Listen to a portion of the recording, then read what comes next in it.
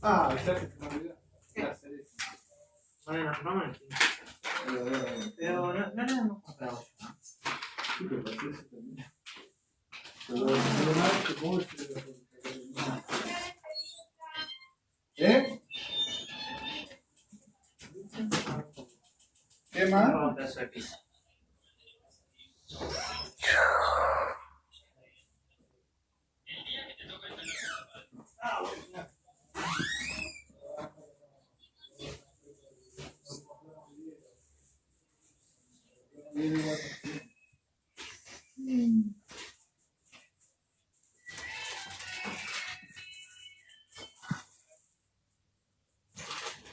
Abrió las palomitas y fue que bien.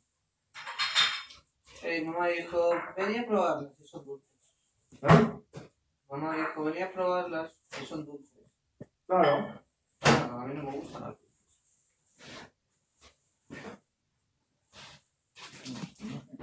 Vamos a ver para aquí, la hornilla.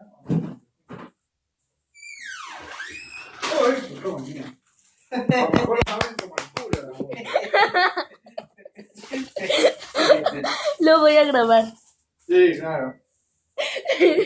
Mi buena papi.